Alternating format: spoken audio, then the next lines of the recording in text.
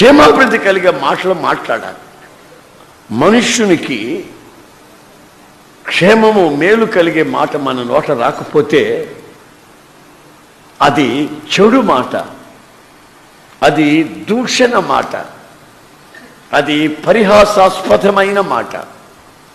ఆ మాటలను బట్టి అదే మాటలు మనకు రివర్స్ అవుతాయి.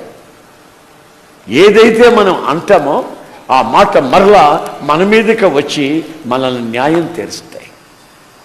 మన నోటి నుంచి వచ్చే ప్రతి మాటకి మనం జవాబు చెప్పాలి.